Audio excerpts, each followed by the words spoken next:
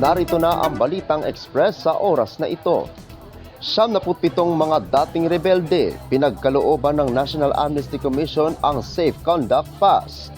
Isinagawa kahapon ng Lunes ang National Amnesty Commission ang Safe Conduct Pass o SCP sa 77 dating rebelde na aplikante ng amnestiya na nagmula sa mga bayan ng Arakan, Magpet at President Roxas sa lalawigan ng Cotabato.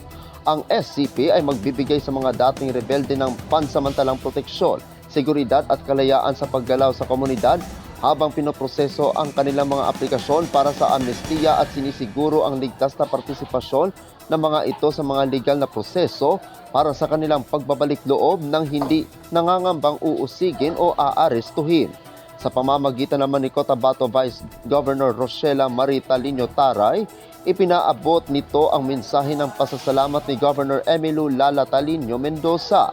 Ayon kay Governor Mendoza, dahil sa kooperasyon ng FR sa mga programa ng gobyerno, kaya't naging matibay ang pagsusulong ng kaayusan sa lalawigan.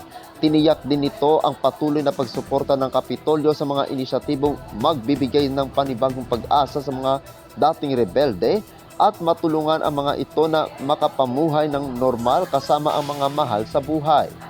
Ipinahayag din ni Atty. Elisa D. Evangelista Lapiña, Director 4, LCT FISU Mindanao, Office of the Presidential Advisor on Peace, Reconciliation and Unity o OPAPRO, sa nabanggit na FRs dahil sa katapangan ng mga ito at sa kanilang hangaring maging kaagapay ng pamahalaan upang makamit ang mapayapa at ligtas na kinabukasan. Antabayan na ng iba pang mga balita mamaya sa Philippine Headlines.